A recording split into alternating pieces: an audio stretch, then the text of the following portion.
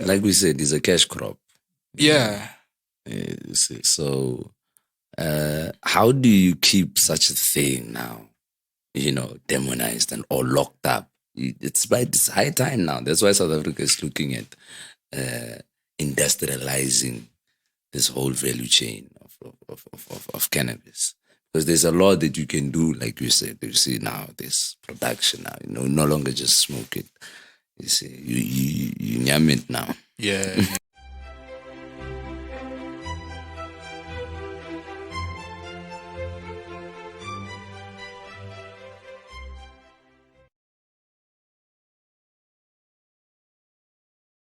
Jaja children must unite. Yeah, man. So, Homatekwane mu studio today. That's a lot of wheat. Matekwane. Muchuko mutona. Muchuko mutona. Different strains. We've got edibles. Yeah, man. yeah, Gasti. Yeah, man. Ja. Rastafari. Let's see the first. Jaja. Yeah, my brother.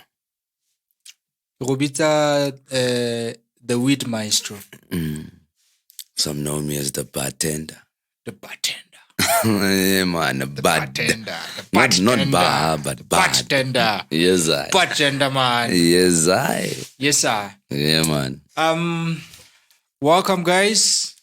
Another episode. Please do remember to subscribe, like, comment, share, and show some love. Help us grow the numbers, grow the channel, so we can bring you more content and more conversations like this one. Today, we're going to be talking about a very controversial topic. Ganja, marijuana, Suzi, Sensemela, Dikata, Rifa. You can call it with all sorts of names. We're going to be breaking stereotypes, explaining some of the things that are tricky, the differences between different strains, benefits, so forth and so forth. Jaja. Yeah, man. Introduce yourself. Yeah, man. Thanks for having me. I go by the name Ras Bush. Born right here, so in Northwest Mahiji. And then I later went to Joburg. You know Gauteng, that's where the gold is. Yes, sir. That's where though we're just meeting up with the dust. That's why now we tend to the green gold. Yes, sir. That is another name for it. They call it the green gold because they know this is a cash crop, one of the biggest cash crops. Yeah. And I like that you introduce it with a lot of names. You see, like you're saying, no, it's known but then in the system, the government, they have demonized this thing before, Yes, sir. It was known as Taha, previously. And now that they are looking at legalizing it and industrializing it, they now come up with fancy names like cannabis, So now, that's where now again, I find our system or government being, hypocrites or hypocritical, because what they are not doing is, harm reduction now, amending what they've done wrong. Remember now, back in the days, there were campaigns, demonizing ganja. Yeah. For example, if you meet up with a sign that says no drugs, Ganja was included in exactly. That's how, if they want to say no drugs in these premises, they'll show a ganja leaf and then cancel it down. Cancel it. That's how they say no drugs. So the ganja the ganja leaf is the sign that they used to use to say there's no drugs. Yeah, as a drug representation. Exactly. Now they are not changing the perception of the people to say, no, all this time that we've been demonizing this thing, that's actually wrong. These are the benefits now. This is how we can change, eradicate poverty. They're not doing that right now. They're doing it silently, Without even interrupting you there. Yeah. I grew up in a household that was just full of ganja. My father sold ganja. Mm-hmm. Unfortunately for me, my father never sold ganja. He was a priest. My father smoked ganja. We sold ganja for a very long time. Yeah. It took us to school. It put food on the table. It put clothes on our backs. It kept the lights on. Yeah. And in that process, during that period, you get to. I dealt with a lot of cops. I've seen cops come in, take my pops away. You little boy, you growing up. They take him away. He's gone for a couple of days, sometimes for a couple of weeks. He comes back, And for sure they did that, violently. They didn't come and say, okay, we found guns. Sometimes because he was a very stubborn man himself. So sometimes it would be a bit violent. Yeah. Sometimes he would just avoid the violence. Imagine all this violence for a natural plant. The reason I'm saying this is that I've seen a lot of families who actually came up under the supply of weed. So it played a lot of role, or big role, in sustaining families around the hood. As illegal as it was, as demonized as it was, it had back then a huge economical contribution, to send children to school, to do all sorts of necessary, play necessary role within the community. Yeah. So, like we said, it's a cash crop. Yeah. So, how do you keep such a thing now, demonized and all locked up? It's high time now. That's why South Africa is looking at industrializing this whole value chain of cannabis. Because there's a lot that you can do, like you said. You see now, this production now, no longer just smoke it. You see, you nyam it now. Yeah, edibles. Yeah, it's medicinal. It's very. You see, yeah. There's a whole a list of medicinal benefits. You see, and treatments. Alignments. You see, so there's a lot of things that ganja do. Not only medicinal and what's this, recreational. There's a 7-story high, as we speak today. There's a 7-story high hotel in Cape Town that was built out of hempcrete. Now, hempcrete is a brick that was made out of hemp. Now, that's another name, fancy name of calling ganja. You see, that's another thing. You see, a funny thing about the government, the system. All this time, they've demonized ganja and, made it illegal. And if they see a ganja plant in your house, they come and they arrest you. All this time, they've been dealing in it because all of the houses that are built here, or that have a plumbing system, you see, they used hemp. Because if you remember, before you screw on your tap, you see, that thread. That thread, yeah. That thread, yeah. Yeah, I know Mukasi, they call it Muriri wa Musadi wa Lokho. Yeah. Come on. Yeah. That thing new. That is the ganja stock. They make it using a ganja stock. You see, the very same ganja that we smoke. So nothing goes to waste with ganja.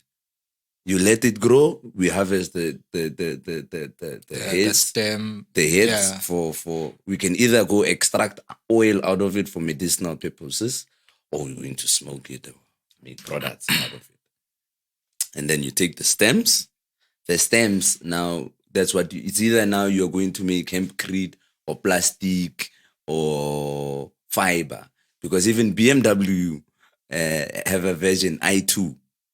The panels outside the dashboard inside, the seats, my brother, everything they used hemp. You see, so I didn't know that. You see, that's another way. You see, and the nice thing of plastic, hemp plastic, I think the scientific word for it is biodegradable or something like that. So if you leave it there on the ground, it doesn't take long to, decompose. Exactly. You see, so it feeds the earth again. The earth becomes again, fertile. Yeah. Out of it. Not like this plastic that is killing our oceans. Yeah. See? So there's a lot that comes out of ganja. So that's why I'm saying there's a lot of employment that come out of it again. You see. So how do you keep this thing and then no, this certain part that's just being hypocrites, because we could have just even broadened the scope long time ago. Because the problem is adopting Roman Dutch laws. South Africa is running out under Roman Dutch laws. If you read, you see these things. It's Roman Dutch laws. You see. Yeah. That govern us. That's why now we are being arrested. Previously we were being arrested for ganja because under Roman Dutch laws. Now they've removed ganja out of the Drug and Trafficking Act because we have argued it, thanks to Gareth Prince and who's this other guy? Why do I forget his name? I'll remember. It'll come. I'll remember his name. You see, they took South Africa to court to fight this thing, to say it is unconstitutional to, dictate for humans, to put it in lay terms, to dictate for adults in South Africa that what they should eat or drink, or you can't do that to an adult. So we say that no, this ganja works for us, so you can't say it doesn't work for us. So that's why South Africa said, okay, no, it is unconstitutional now to arrest adults for consumption of ganja. So it is now been decriminalized, while South Africa set their laws around it. So which means now you cannot be arrested for the possession of ganja, you see. And there's no limit to, that you can carry. I can fly with it as long as I declare, you see that. And now what Judge Zondo said in 2018 on the 18th of September, he said that the police must use their discretion. That should they find, you see, excessive amount of ganja, like this amount of ganja that I have here now. Yeah. They should now use their discretion to say that, is this man selling this ganja? Because remember now, the sale of cannabis is still, it remains prohibited. Prohibited. Yeah. So now, we look at the amount of ganja. Say, for example, you see now it's in bottles. Yeah. And it's different strains. You can't say I'm selling this ganja. But then if it's now packaged in small, those small bankies, I have 1,000 of them maybe, and the scale and the large amount of money in my pocket. You see, there at least now he has reasonable ground to detain me and investigate further to say that no, this looks like now you are selling. Yeah. You see, because now why is it in packages? Yes. Why, if you fail to answer and explain, then he has a right to use his own apprehend, discretion and detain you. Now, me, I'm going to explain to him that, no, as you can see, this is a different strains. So everything For different, exactly. So now I'm not selling this ganja, it's for personal consumption. You see? So that's what now we need to get clear. To People have need that to conversation. understand. Exactly. Yeah, but talking about different strains, I remember the first time I ever hit a blunt, smoked. Hey, I got high for 2 days straight. Meaning I was high the entire day. I went to bed and woke up high. Yeah. And as we are talking, you mentioned the different types of weed, your sativas, your indicas, and their different functions. Yeah, the other day I had a conversation, just a few days ago. I had a conversation with my artist friends that make music. Yeah. And they were complaining about the ganja that we smoke today. That now it doesn't spark my creativity anymore. I just smoke and I go to sleep. And I said to them, no, that's because you're smoking the wrong ganja. You can't be smoking indicas and then you expect to now be active and creative. You see, indicas may help you relax.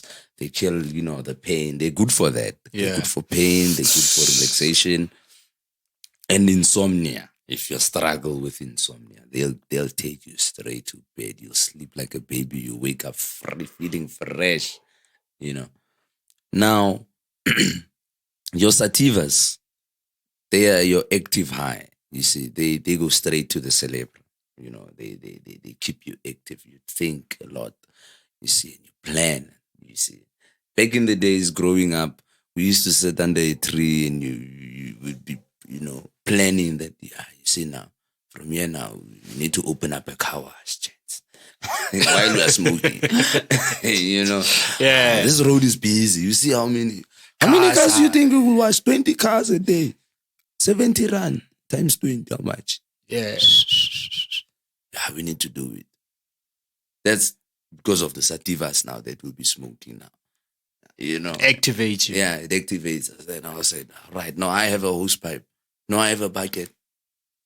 Tomorrow we are, erecting a structure there, setting up a car wash. Mm-hmm. The whole day we are smoking that sativa and you'll be working non-stop. Those are sativas. And how do you tell a difference? Your sativas, they grow very tall and your indicas very short, right? Yeah. Even your buds, it will show you with your buds. Your buds, if you look at it, if it's one bud, if it's a very big bud, maybe very tall, yeah, you see, it's a sativa. But your indicas will give you a very short buds, depending on the size of the tree as well, and on the how the grower grows it and what he feeds the plant. Remember, ganja is a super absorbent again. Yeah. Hey, so we must be careful again what you feed your ganja plant. So I always see people that they say they use what's this, like cow dung, Yeah. to animal feces. Yeah. To neutral nitrogen. Yeah. We actually don't promote that in ganja because ganja is a super absorbent. You see, and because that is waste. Even human feces, you can't put such. It absorbs that. Remember now, why am I saying it's a super absorbent? Remember, there's a research that's been done. You see, and they call it phytomining. You see, so what these guys do is they mine minerals without going underground using ganja. How awesome is that? Yeah. So explain that process. So they plant ganja there, and then it's going to absorb all those minerals, the gold, for example. And that ganja is not for smoking. Once they burn it, they have a way of again extracting that gold out of the plant. Easy. Yeah. They have a way. Your chrome, your all these things that they did. But not, I don't know about your diamonds. You Yeah. see, but I know that they in Joburg, actually, they were trying to. And the nice thing about it again is that it rehabilitates the land. Yeah, but how much terrain would you need to actually harvest a resource, a natural resource using weed? Like how much, Land. terrain quantity? You see, they have very big land there, so you can do it even in a hectare, 2 hectares, 5 hectares. It doesn't matter. You see, but it also depends like that. It goes like that. The smaller you see your scale, you're not gonna harvest a lot of minerals. Yeah. You see, so the more you the scale. yeah. So, yeah. Going back a little bit, when we're talking the difference between sativa and indica, yeah. there's the THC and the CBD, right? And how do they feature into the sativa and the indica? So I mean, you'd want to explain first the THC and the CBD, the difference between, and then get into how they feature into, different types. So first of all, your sativa plants, they originate here in Africa, most of them. And then your indicas, that's foreign here in Africa. You see. So when you get to the THC and the CBD, you find it in not it can be both CBD and sativas and indicas. You see, but it's strain dependent. You see, some strains will be very low on CBD. There you can find traces of CBD like 0.01% CBD. You see, and CBG, and you see, because now cannabinoids, all every ganja plant has cannabinoids. Now, when you break it down, you see, to CBD and CBN and CBG, you see, all of them, they have that, and they have a certain amount, you see. And that is dependent on the grower. You see, sometimes it's genetics, yes, but the grower can influence, you see, the quantity of the level, yes, yeah, of THC, or these. In fact, let's just group them all together as cannabinoids. You see, yeah. So if you take care of your plant, chances are your cannabinoids will be very high. But sometimes if you don't look after it, the stress again, because ganja behaves differently. The stress again, if you stress it,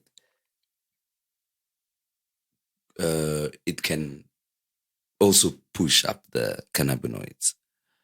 You see, and the trichomes, and now the trichomes is those glittery. You see, when you look at your bud and then you see it shiny, those are trichomes that have terpenes. Terpenes is the taste. See, and the smell. When you open every bottle here, it has different types of smell and taste. You see. So these terpenes, right? They are also strain dependent. You see. So the cannabinoids, like I said, are influenced by even the trichomes. So what's better, a higher cannabinoid or a lower cannabinoid? Definitely higher, my brother. So are you saying it's better to stress a plant? Yeah, it's you see, now this is how plants behave. You see, for example, if you break the stem but not remove it completely, you just break it and just snap it like, yeah, you know. What the plant is going to do is going to now direct the energy into healing and then creating, like reinforcing the stem now, making it stronger. Yeah. So that it doesn't break, preventing that thing to happen again. You see? Yeah. So stressing it, now you're pushing it, it ends up now pushing itself to produce way more and better. You see? Oh. Because remember what happens is for you to get higher cannabinoids from a female plant, it's trying to attract male pollination and also protect its genetics from dying. So if it doesn't get pollination, all that energy that was supposed to be going to seed production now goes to cannabinoids and now pushing trichomes, which also contain some cannabinoids and your taste, known as terpenes. You see, and terpenes is trying to do that again to attract. You said trichomes. Trichomes. Okay, what are trichomes? Trichomes is, you see, the glittery part that you see on a bud. When you look at it, it looks like it's shining. It's got, glitters. So when you're looking at a string, every single color matter, or it's important. It represents something. You see. Show you this one. All right. Now that the colors and that's known as the phenotype. All right. All right. This is now what's this? Oh, Rand's muffin. Yeah. Have a look at that. There's a particular one that I like the phenotype. So, have a look at this one. This is orange kush cake. All right. So what influences the difference in color? This would be the indica. Yeah. And this would be a sativa. Yes. Because you see, well, sometimes you also have hybrids, eh? Yeah. You also have hybrids. Hybrids meaning now it's both sativa and indica. Yeah. You see. So most of the buds there, you see, they are fat then, but not so, you see, not so big. So that's definitely, it has indica dominance. All right. You see, Rand's muffin. Smell completely different. Yeah. Yeah. This has a more quieter smell. This has a more loud. Yeah. Yeah, man. More if it was light, would be saying it has a better ambience. Yeah. Almost looks like this. Sometimes what influences the color is the temperatures. The temperature. So yeah, like this one. You see, it looks purplish. That's because by the time you harvested, it was cold. This is winter ganja. That's why it looks purplish. Tunnel crow. But that one is indoor. Yeah. I think this is very dangerous weed. Aliens, the name of that one. Yeah. Aliens. Yeah. This is another sativa dominant one. See how the buds look. They longer. Yeah, they don't look thick. Thick and short. You see, most of them, you see? You can see that. Yeah, they are taller. Although you do have like your smaller, you see, popcorn nuts that come from, the bottom. But your big buds, you can see them that they, you see, slightly, Yeah. you know. These are quality. Now let's talk about carbonated and decarbonated weed. Yeah. Why the decarbonation or why carbonation? Okay. So what happens is on a ganja plant, right? Yeah. The cannabinoids, all of the cannabinoids, right? Before you consume them, they are THCA, right? But after you activate them with heat and you burn it like this, now it becomes THC. Without heat, it's THC. So that's what you need to do by carbonating that ganja, by putting it in the oven. You have to also have the right skill of doing it. You know, you put it in the whatever you're using in your oven.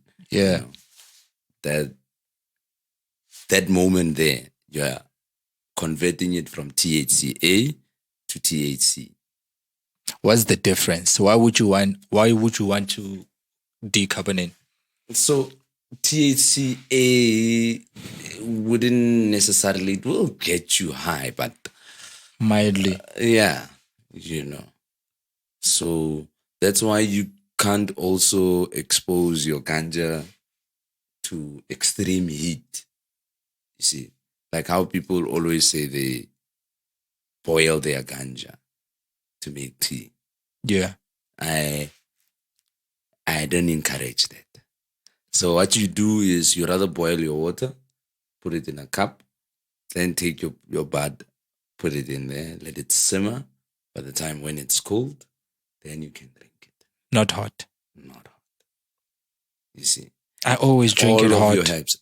In fact, all of your herbs, you're not supposed to boil herbs. Now, I know you're not supposed to boil herbs. Yeah, the water should just be hot for it to be able to extract the potency of a herb. So that's what you do. All of your herbs. You don't boil herbs. Yeah. Boil your water there, then you extract your herb. Now drink it cold. Let's come to the health part of cannabis, you know. But before we get there, what is used to make edibles? Because it seems to me that it's more sativa. No, you make your choice. You make your choice. So I personally... And why do edibles hit so hard? Apparently, they rush to the bloodstream, you see. So that's why they also last longer. If you drink coffee the next day... It activates. Yeah, because it's in your bloodstream. Are they safe? They are safe. 100% safe. Now, I actually encourage that people... You see, ganja, remember now, there's nothing unsafe about it. I remember telling my one bra that we were actually taking a drive and a spliff fell down. Right? He's driving and he wants to pick up that spliff while he's driving. Yeah. I say, you see now, that's the only time ganja will kill us. You see, if you put that down your head and you pick up your spliff while you driving, and you lift up your head, here's a pole. That's the time you see ganja will kill us. Yeah. You see, that's the only time. Ganja cannot kill you. Because remember now, we've been talking about cannabinoids, right? Yeah. Now we are going to talk about endocannabinoids. You see. Yeah. Apparently, I'm not an expert about these things, right? It's just a little bit of knowledge that I, pick up as we move. Yeah. Now, apparently, as a human, you have endocannabinoid receptors, right? Yeah. That's why they say kids, they are naturally high. You see, they don't need to take cannabis. They're naturally high. Their endocannabinoids are very high. You see. Yeah. So that's why they have a very high imagination. You see, they can play by themselves, talking to himself. Ganja also has that power. You see, of now it makes your creativity, sparks it. You're able to be on your own and meditate, and So as you grow, remember now, kids, even their pineal gland, their third eye, is higher than ours. Yeah. You see, I wanted to actually touch a bit on that as well. When you mentioned earlier that to you it's a more spiritual. Yeah. You know, It kind of bridges that spiritual and the physical gap and opens that portal. Yes. So ganja, what it does, it clears or cleans your pineal gland. The third eye. The third eye. Yeah, the chakra Hans would call it the third eye chakra. You see, so it cleans it. So you are able to. So some people, they are not able to tell even when it's working. Yeah. You see, so it activates it as well. So us puffing ganja like this, we're able to meditate at higher levels. You see, so if you take ganja and you do yoga, it's a very powerful thing. Yeah. For you, that one can do. It will help you even to become one in balance, and and if you believe on chakras and you wear chakra stones, ganja aligns everything. So ganja is a very crucial thing. So like I was saying, with kids, their endocannabinoids, they are very high. Even their third eye, it's, very high. So kids don't necessarily need to take ganja. So as we grow, because of the things that we eat, we are more exposed to cell phones now. Stress, radiation. Those are the things that block our pineal gland. So that's why it's important for adults to indulge. Yeah. But what would you recommend more, in terms of smoking or drinking or extraction and taking in maybe oils or what would you recommend or say? Because obviously one is more effective than the other. Yeah. They could all be good, but that where one is much bit more better than the other. As long as there's THC there. Because what the system also tried to do is separate. Now that's where it is a word I always wondered that I've read about the synthetic ganja. I've always wondered that, hey, what is the synthetic ganja? And then I came to realize when South African government tried to do that, they bred their own strain that doesn't have THC. Say, no. We don't want you to smoke high THC. They want to regulate our THC. Now that's not the original ganja that we know. You can't want to regulate that. You see? So now, coming back to that, the THC, right, or the endocannabinoid receptors in a human, right, or in a plant as well, because there's cannabinoids there. Yeah. It doesn't really matter how you intake it. So it's actually one's preference. There's some people that say that, I don't want to smoke and cough. I actually feel that, hey, that's not when I feel it. strong when I cough. Yeah. Because they say if you ain't choking, you ain't smoking. You see? So I prefer it that way if I just smoke. Sometimes I like that smooth ganja that doesn't make me cough. Yeah. You know. But then this, for someone that, especially ladies, they don't want to cough. So they prefer edibles. Chow 1, 2, 3 gummies, and then you're in the vibe. Although they get you very, you see, that's the thing with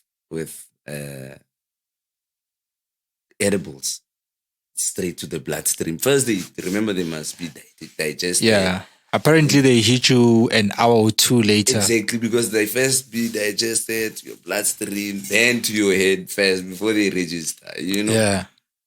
That's how they travel. It takes a while for them to register. Yeah. Let me ask a rather very simple, maybe difficult, maybe controversial question. Yeah. Why the high? Why do I need to be high? You see, like for someone, I consider it for like it's a pill for meditation. Like for example, I'd ask someone that for sure you'll be very familiar with this. Yeah. That why would you encourage someone to do yoga? Although it's completely two different things. If someone does yoga, they get to meditate, become one with themselves. Their energy becomes balanced, right? The same with ganja, I can say that.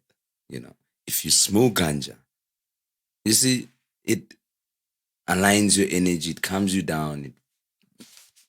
You become... It puts you in a stream. Exactly. So now, with ganja, my brethren, that's why you look at, for example, all the social clubs that are around there. Or even just a normal club. Yeah. Right? It's very rare that you find where ganja people are. Or even at your house, if you're having just... a sitting. Yeah. If people are indulging in ganja, it's very rare that you'll see them now scratching each other. It's a peaceful herb. Exactly. It's a peace pipe. Yeah. So with unlike, your alcohol, if we were sitting like this indulging in, alcohol, probably the volume will be very high now. Exactly. Something would be falling, would be knocking things around and stuff. But now, Jaja, you are with the IKS community, and there are programs that you guys are looking in formulating or busy formulating in terms of commercializing weed and making it available cautiously, so of course. Do you want to take us through that a little bit? Yeah. So what happened is, I think it was in 2022. So what happened is there was a stakeholder engagement by the Office of the President. Yeah. Right? So what they did is... Do touch on the sandbox in that as well. That's where I'm heading. So what happened is in 2022, so during that stakeholder engagement known as the Pakisa, you see, Pakisa now, the sandbox. Yes, sir. So what happened is government wanted to say that, okay, look, the reason why they're calling it Pakisa is because we are out of time. Remember now, government needs to legalize, like fully legalize cannabis. Remember now it's been decriminalized. Yeah. Right. Because now they're looking at coming up with their own laws, regulations around it. Because back in 2018, in September, Judge Zondo said that in 2 years, government must amend their laws around cannabis. If they don't, then the law that he passed there then will now, kick in as the law that is going to govern us as South Africans. So government in 2022, they were under pressure to come up with this law so that they can regulate. Yeah, regulate and, fully legalize this thing, So what they did is they called all the stakeholders together and they say, okay, look here, we are looking at regulating this thing. But then this is how we want to do it. They say, okay, first of all, the sale of ganja is still prohibited. But the sale of it and the cultivation of it, right, and the production, everything, must be done in a controlled and regulated manner, right? Now be in the sandbox. Yeah. Now the sandbox is a trial stage, basically, in layman's terms. You see, now government is putting us in one space to say that, okay, all the industry players, only you will be allowed to sell and deal in ganja, because we are building a new industry. This is something that never existed. Right? Yeah. Now only you will be running this thing. The rest of the people outside there cannot sell ganja, because we can't now open it to the rest of the people. So only a certain amount. And now here's the nice thing. Government says that this opportunity, you are giving it to the indigenous communities of South Africa. The indigenous communities, I'm sorry to say, are not to sound racial or anything, but it's the black community. Yeah, in South Africa. You see. Now, your white people wanted to challenge this thing and say, no, how can it be? We have facilities ready. And mind you, that time, they already have offtake agreements. They're already supplying Canada, Amsterdam. Yeah. They're already supplying, international companies that have already laws around. Yeah. Ganja. So they're already in business. Because how can you run a multi-billion rand grow facility, and say you don't have, so that means they already have the business. Mm. So they can't be part of the trial stage. Well, they can, but it won't make sense. We're industrializing a new industry, yeah? So a South African industry.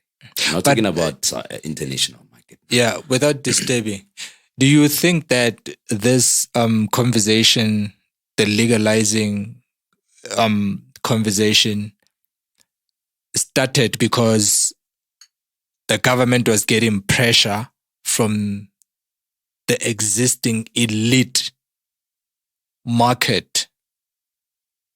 No way. Because remember now. Because I'm looking at the regulation and the compliance. Yeah. You see, because you cannot say that this belongs to the indigenous people, and one of the compliant to be able to produce or to have a license is 2 hectares of land. Exactly. And when indigenous people own, our normal piece of land would be 40 by 40, which is far from a hectare itself. You see, my other colleague and I, we've been challenging this thing from back in 2016. Initially, I remember back in 2016 when SAPRA was still known as MCC. Their requirements were ridiculous for you to be just a permit holder. Yeah. For you to run legit ganja, it was ridiculous. They were asking for, like you're saying, 2 hectares of land. It must have razor wire, electric fence. You know how much that will cost to fence 2 hectares plus with razor wire and electrical fence. Yeah. That's over 200K alone. Jaja, let's pause there. Need to use the bathroom. Yeah, man. Yeah, Jaja. Yeah, man. On that compliance issue, is there a body that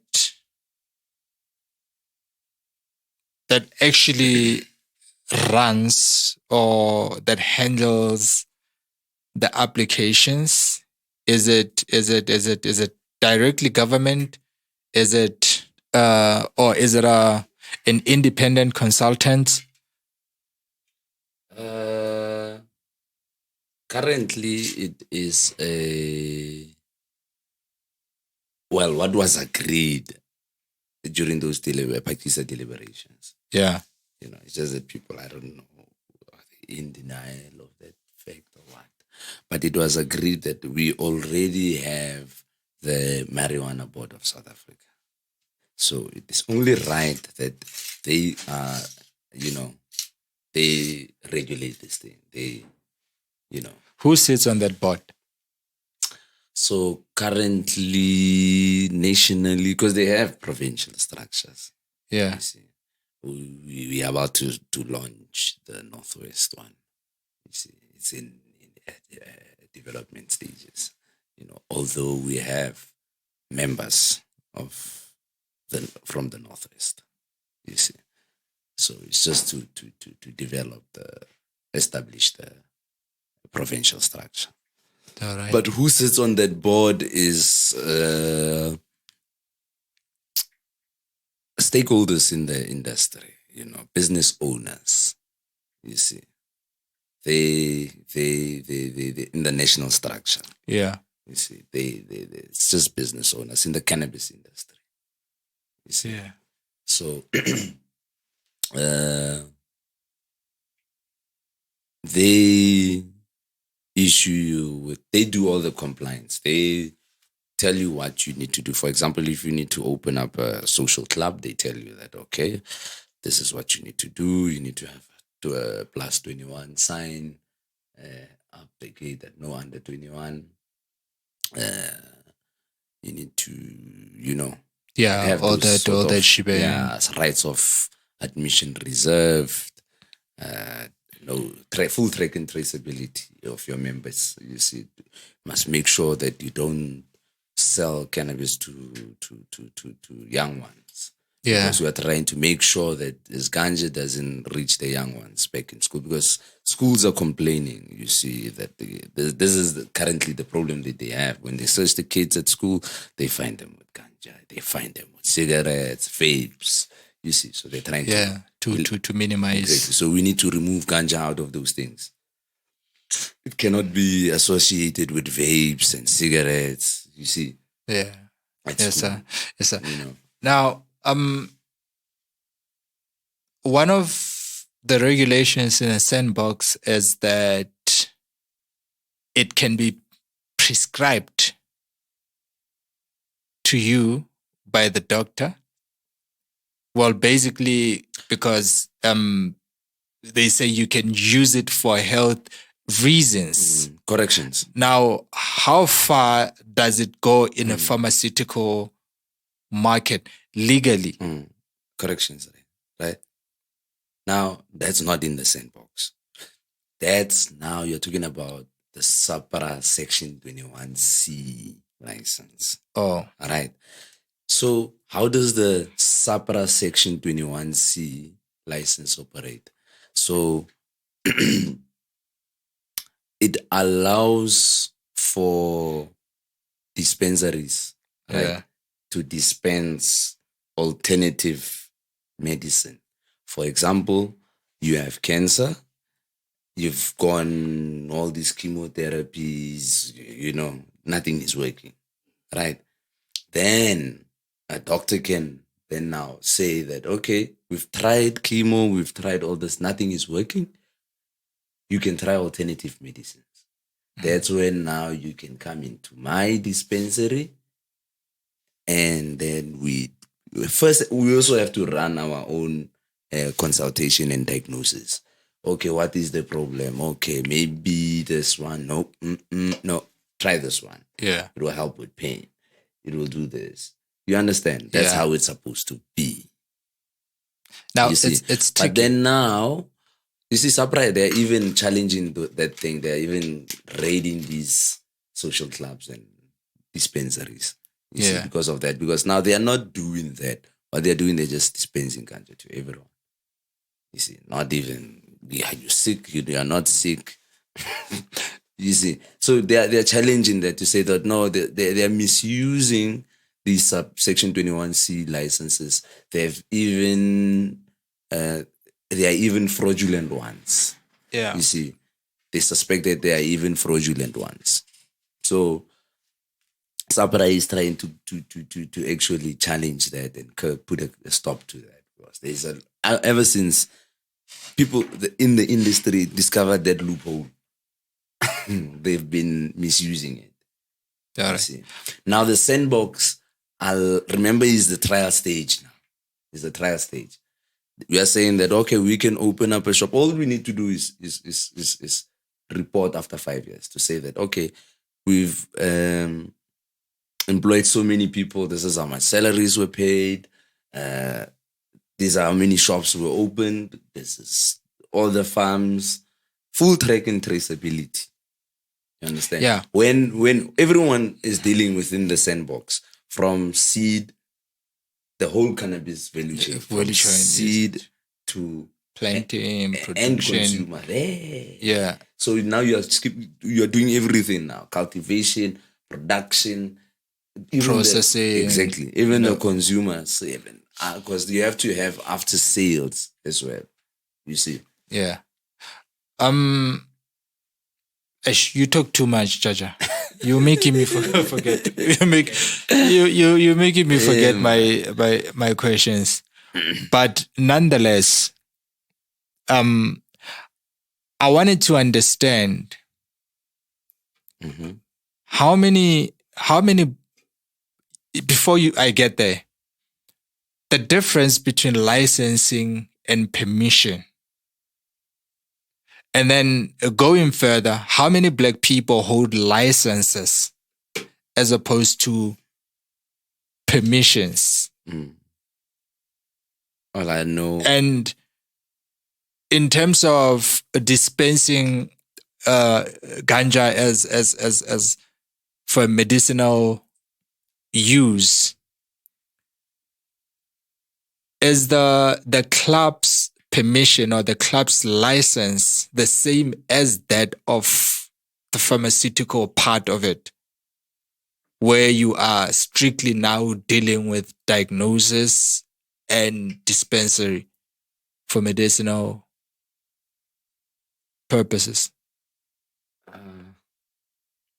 Well, you see, currently, like I was saying, everything is just, you see. Yeah, but let's start with the licensing part. Yeah. The difference between licensing and permits. Now, I want to answer that. There's another one that you also asked. Currently, I only know of one black female lady that has a license. And how many licenses are out there? You see, there's over 60, 80. It's currently in South Africa. I'm not sure of the 60? 60 or 80. But there's a lot. So There's a lot. In this lot, you have one indigenous person who holds a license to it. Yeah. To farm ganja in KZN. There's a whole facility there. So there's only one lady. It's like a red tape? It's very expensive. I've heard there's another, and sadly, it was a white guy again. Well, not sadly, but I don't know if I should say sadly. Yeah, but there's another white guy that paid 3.250, I think. Yeah, that's what he paid for to the get the license. license. 3 million. And this was for I think 4 hectares plant, space. And he had, and remember, there's a lot of red tapes again. Back then, you had to have an off-take agreement because there's no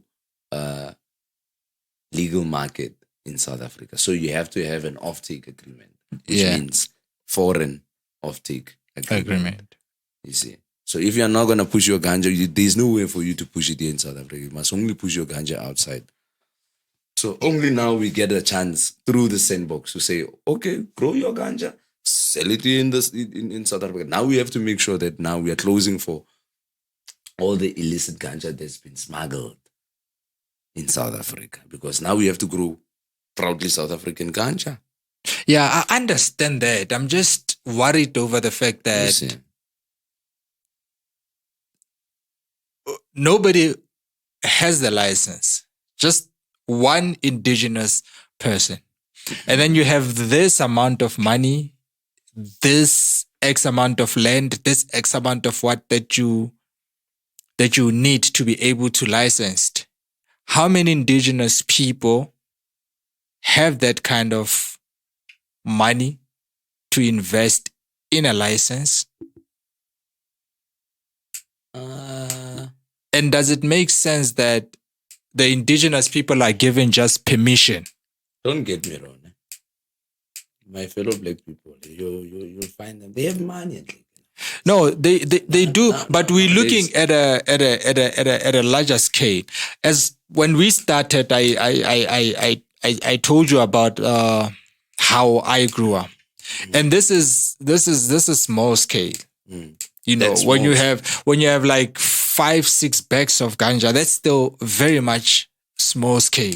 You know what I mean? In KZN, there's another elder that once approached me and said he wants to convert his own sugarcane farm. And that was hectares and hectares. So that money is ready. It's just a pity that ganja, you don't plant it like sugarcane. You know, if you want quality, you need to erect tunnels, things like that. Because ganja, if you want good quality, you have to control the environment that it grows in. Yeah. Unfortunately. So to him, but he was already erected tunnels after, doing his research that what he needs to get done, So that's why I'm saying that, they are black people. They are black people that have money. And you'll see that the red tapes, sometimes I feel like they're done deliberately. Not only that man, but there's another one again that has a game farm here in Rustenburg. Yeah. That elder was ready as well. Very, very ready. You see? Yeah. He was very ready, that elder, to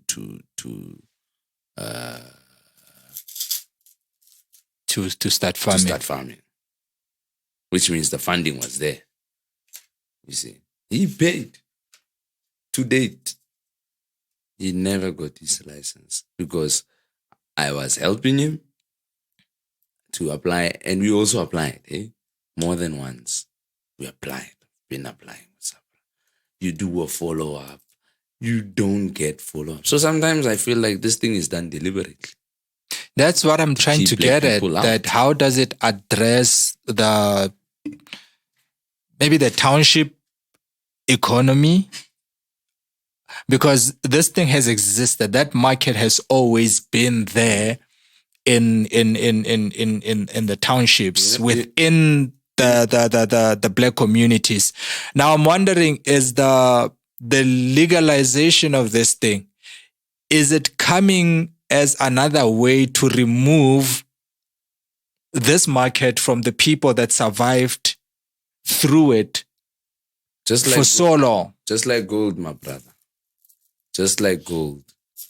They're going to take it from us, right? You know, because that's what we've been arguing with my colleague, you know, that how can we, as a country, you know, and in fact, government, we argue this now with the Department of Agriculture, that, okay, the Department of Agriculture has programs with small-scale farmers, you know, your backyard farmers. They've even erected small, you know, tunnels for small-scale farmers. So in ganja, why are they trying to marginalize small-scale farmers and only focus on your 2 hectares? Because if the 10 of us in one village are growing ganja, we can benefit if we put our ganja together and we sell it to one buyer for, if say for example that one buyer says he wants a ton. If you have 10 farmers growing or 20, they can put it together. They can put it together and we share the profits of that 1 ton. You understand? We all know that, okay, now we weigh everything. We share it accordingly out of that 1 ton. For example, if we get 100,000 from that 1 ton, we look now, the 10 of us.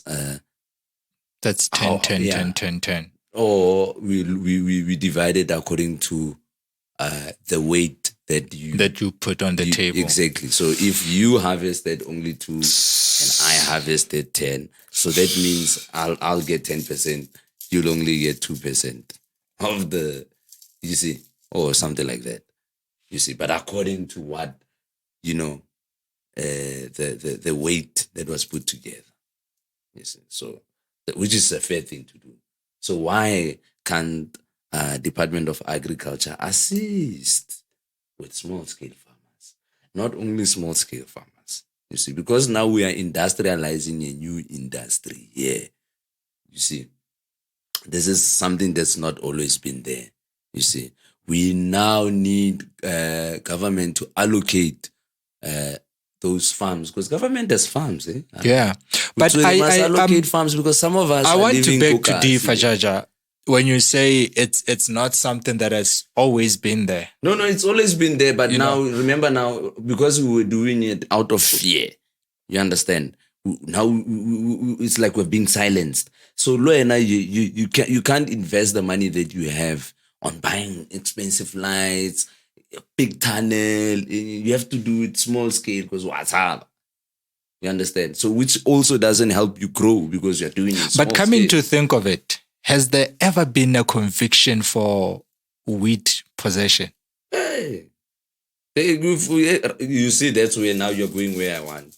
Because now, that's the thing. All this time, you see, the Rastas have been carrying the fame and shame of this thing. You see, I mean, when I walk down the street, it's oh, Rasta. Jaman. Penenyana. Give me something, yana. You know? Yes, sir. That's how it is. Rasta is known for ganja. You can't speak about Rasta and not speak about ganja. You see, and you can't speak about ganja and not speak about Rasta. Just like on TV, where if they show someone smoking ganja, they must play reggae music in the background. Yeah. And you know, reggae music is ganja man thing, that is a Rasta man thing, that. You know. Yes, sir. That's how we are known. Even the police, when they approach me in the streets, before ganja was decriminalized. Yeah. When they see me on the road, if they want to search me or search my vehicle, they don't say Rasta. First they approach with the respect. Yes, Rasta. You're good. Good. Where's the ganja, Rasta?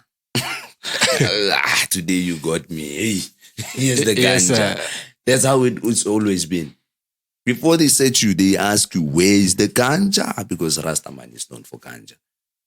You see, if I cross the border, they ask me that, hey, Rasta, you are not jumping here with any ganja. You see. So now, Rasta man is being marginalized in this whole thing. You see, that is being the sandbox projects that's going around. You see, I believe that it is only fair. It is only fair that we prioritize the Rastafari community. You see, Yeah. if we prioritize the Rastafari community and say give as stakeholders in these projects and say no, because Rastas, we all know that ganja is a Rastaman thing. They carry the fame and shame of this thing. Let us say, okay, we give the Rastafari community priority now. This is how we are going to also empower them. They must also get a certain percentage in this thing. They are different. You see, I'm also Rasta. This ganja is grown by Rastas. Yeah. You see, we also have Rastas there in Molele, in Gauteng. We have Rastas across the country that are growing ganja. You see, yeah, this is the ganja that we are smoking. You see, so this Rastaman ganja is trusted ganja. Even the people out there, they trust Rasta ganja. Sometimes when people complain that, hey, this ganja that I get from this name, and you don't know what they lace it with. Sometimes they lace it with benzene and all of these things. Yeah. They don't trust those things. But Rasta ganja, they know that the ganja that they get from Rasta is clean. Because Rasta don't even mix. Yeah. Now let's assume the government doesn't come to the table. Let's assume the conversation doesn't favor the indigenous people, as the sandbox says. What's the way forward? What's the conversation after that? And that's, within the IKS or the indigenous community. Well, to me, because we, the indigenous community, I'm talking about the Rastas now. I'm not going to speak for. Well, I would love to, but I don't hear these people speaking for Rastas. You see, like other indigenous communities, I don't hear them speaking for Rastas. That, hey, where are the Rastas? We can't be speaking about ganja now, and the Rastas are not here. All this time, it's the Rastas. We buy ganja from them. We do all these things because we do it anyway. We've been doing it anyway, you understand? Whether it's legal or illegal, we've been doing it because ganja is our life. It's what we've been living for. It's sacramental, as you have said. It's a herb. Earlier. It's a herb. Nubaba Credo states that two of the most important herbs on earth would be impepo and ganja. And you can, yes. That is the truth. You can infuse them together. And when you bend them, powerful thing that you can ever do. Yeah, I do that. See? Very powerful. See, because to me, it's also like a symbol of Thanksgiving. You see, incense. It's like Thanksgiving. And the smoke as it ascends up, some believe that no, it carries I prayers. You see, so we all believe differently. But I don't like to use the word belief because belief, it's a system on its own. Yeah. Hey, they say there's lie there in the word belief. So but in closing, Jaja, wrap it up. And maybe, I don't know, this has been a very I don't know even how to. But before we actually just wrap up, I wanted to say this. You see, out of everything that we've said, that there's a trial stage happening and all of that, and that we as Rastas are carrying the fame and shame of this thing. The sad thing is we are being marginalized because the trial state doesn't address the problems that needs to be addressed. It doesn't address commercializing this thing, weed, to benefit the indigenous people that survived through this thing for years and years, for hundreds, thousands of years, under burns, under whatever you can call it. Now the sandbox comes and it says, all right, now here are the compliance measures. And out of these compliance measures, that's nowhere where the indigenous people feed in. You see, so we always going to be running from the cops. Here's the sad thing. You see, now we are being marginalized by our own indigenous people because government gave us at least, you see, an advantage. But now, our very own indigenous people, indigenous communities, like I said, that I'm not here to speak. I can't speak about other communities.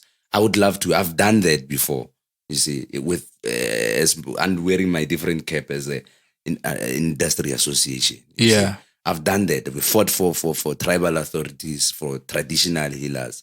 We were one force, you see, fighting for for the legalization of this and the industrialization of it. You see, we've been doing it together. But now, currently here in the Northwest, what's been happening is these people are marginalizing us now.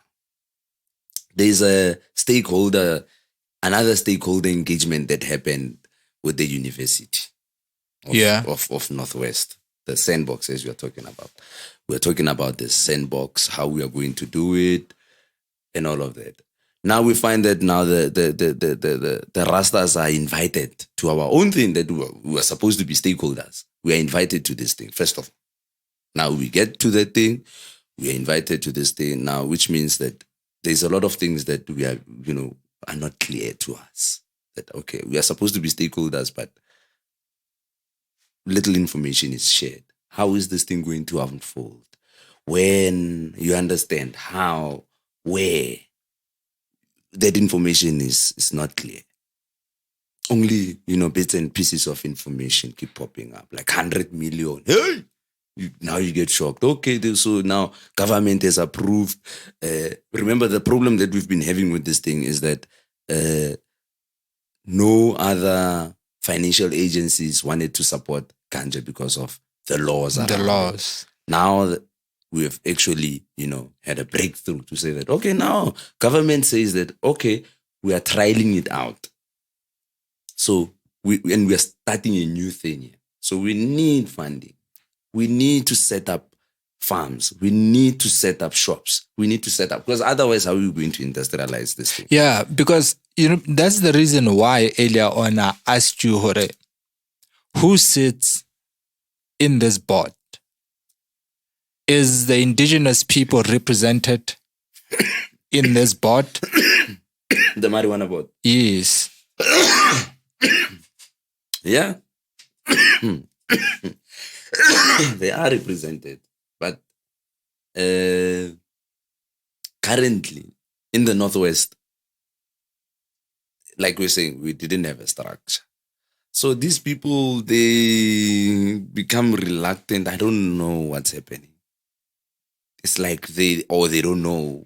How is the university involved? Like, what's the university's role in this? Exactly. That is one of the crucial questions that we have. They just say that, no, the university is supporting the sandbox. But how? Is it IKS adopted or is it IKS aligned?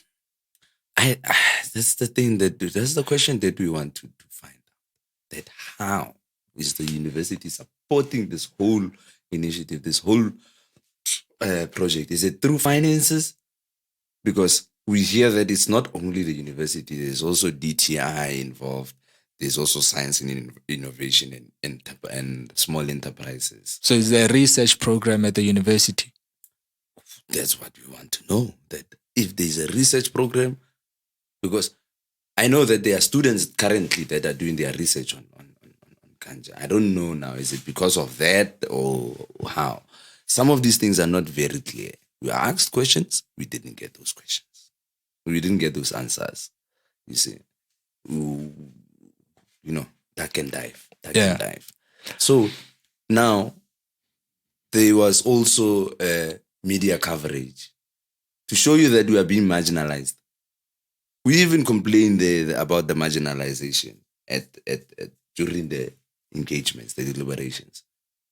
It's as if like now we didn't say anything. They go ahead and still marginalize, and I go on national television and don't say a thing about Rastas or even show one Rasta there. They talk about indigenous communities, traditional healers, nothing about Rastas. They didn't even show a Rasta there. Just show other people. Why are we not there? While we were there, we were represented in numbers. You understand? So this thing was done deliberately to suppress the very same community that carries the fame and shame of this thing. This is a plant. Yeah, don't forget to subscribe, like, comment, and share and support the channel. Help us raise the numbers so we can keep supplying you with this profound and necessary content. From myself, it's a peaceful herb. It's medicine. And like my very dear brother would usually say, it is its time. You don't have to fight for it. You don't have to speak for it. It is its time. It is going to speak for itself. It is going to fight for itself. And no one can stop it. It's high time. Yes. And as the mighty, may his soul rest in peace, Peter Tosh would say, legalize it. And I will advertise. I will advertise it. Yes.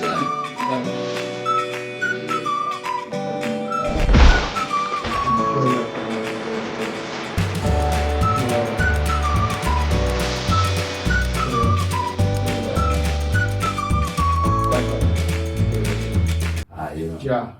Rasta.